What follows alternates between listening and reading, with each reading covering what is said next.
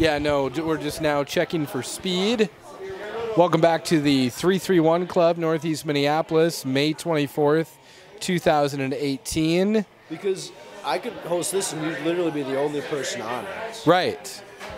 Right, I mean, yeah, as long as it's showing real good speeds on here. That's what I want to see. This would probably go down if I was plugged in. Can't imagine what it would look like if I was recording. Regardless, we're sitting pretty good here. I want to give it about 5 minutes. Yeah, go for it. See what that looks like. Listen to some, I believe this is sleigh bells that we're hearing in the background. They have a distinct sound, I would say. It's that of sleigh bells, specifically. And really, really crunchy. I'm going to sound old saying electronica, but that's the word that comes to mind. I like the word crunchy. Music. Yeah, it's crunchy electronica. There's our good friend Jeremy walking in front of the frame there.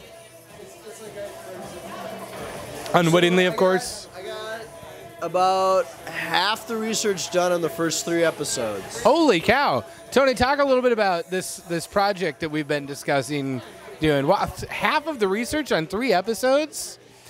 And where are we starting? Well, so as of right now, the thought is to start with the 62 election, 1962, where there was, I'm pretty sure it was the closest I don't know. Some of the stuff I've been reading saying it says closest election in U.S. history. I don't know if that's still the case or not. I swear there have been one-vote elections since then. I don't think by raw votes. I think by percentage. It was 91 votes separated the 2 candidates out of 1.3 million cast. That's very significant. What do you mean it's very significant? The ratio, that's an impressive, showing, or unimpressive, however you want to look at it. I would call it unimpressive, because I feel like not knowing the story at all, the narrative on both sides wasn't very good. I don't know about that. Maybe. It's an interesting time, 62, because the DFL Were they the DFL in 1962? Yeah, the DFL formed in 44. Okay. North Dakota boy here. Yeah. Born in 81. That's the point of the podcast. All right. I want people to get a feel for it, yeah? Well, I guess this is the thing we need to figure out is what the dynamic is of the podcast. We're figuring that out right now, Tommy. I think this is more than anything else. It doesn't help that you're waving the mic back and forth, because when we're actually doing it, we'll each have our own mic, which will be That's true at that point. That's true. Because I think, and you said this is good. So maybe just hold it so it can pick us both up. That's an intriguing idea. I like that thought. Oh, because I was saying this mic picks up noise, it's forgiving. Yeah. Right. Maybe you wouldn't have to do the thing where you're distracting me every time you move it back and forth. I'm sorry about your distractions, Tony. So, 1962. 62. DFL was formed in 44. For the first,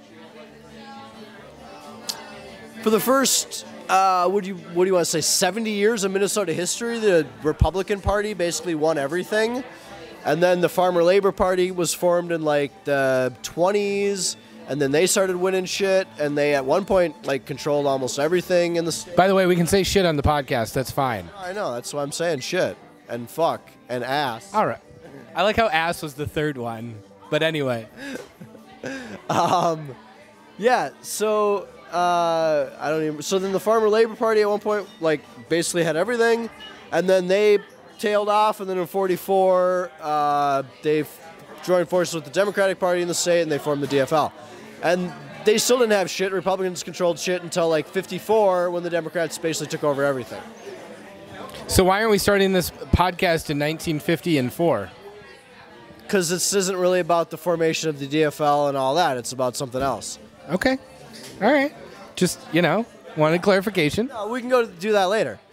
Right. Oh, the prequel. The prequel. Well, not the prequel. It's just If this is a Minnesota history podcast, then we'll just do things in Minnesota history. We're not actually recording it. We're just testing for something happening in like 2 weeks. Yeah. No. That's why we're shooting a stage with nobody, because I didn't ask anyone to sign any permissions. So, yeah. All right, anyway, so I digress. You have a fruit fly near you. It flew away. Anyways, so yeah, DFL took over everything in 54. And then in 60, they lost the governor's office, but it still had everything else. So then in 62, there's the select. So the governor used to be a 2-year office in Minnesota, and this is during the period. Okay, so in 1962, everything's up for grabs again all of a sudden. Just the governor's office and the lieutenant governor's office, which were both separate offices. They didn't run on the same slate. So in 62, the governor was running against the lieutenant governor for governor. The other funny part. Could you work the word governor into that sentence one more time? Probably could, because the governor, current incumbent who was running in 62 is Elmer Anderson, who is not the same. A cow or any sort of glue. No, who is not the same as a previous governor also named Elmer Anderson. There were 2 Minnesota governors named Elmer Anderson who were different people. Was one Elmer Amberson? No, Elmer Anderson.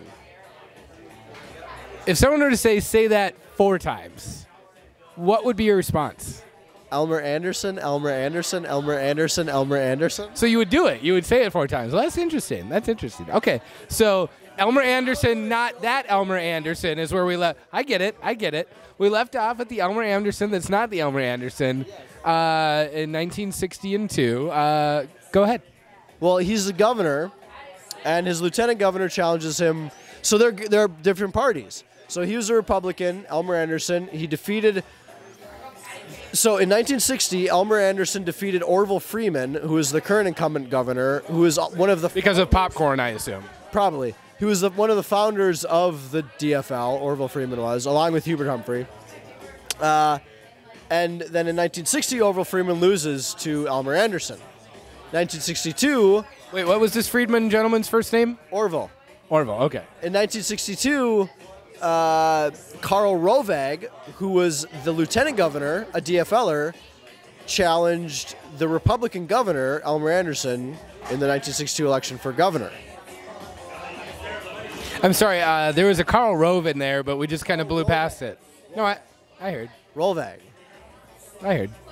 VAAG. So if you want to get in on more of this podcast, apparently we are halfway through 3 episodes in terms of research, and that dynamic you just heard, you can certainly expect to hear more of at that time. We will see you soon from the Studio Americana Unwatched YouTube page.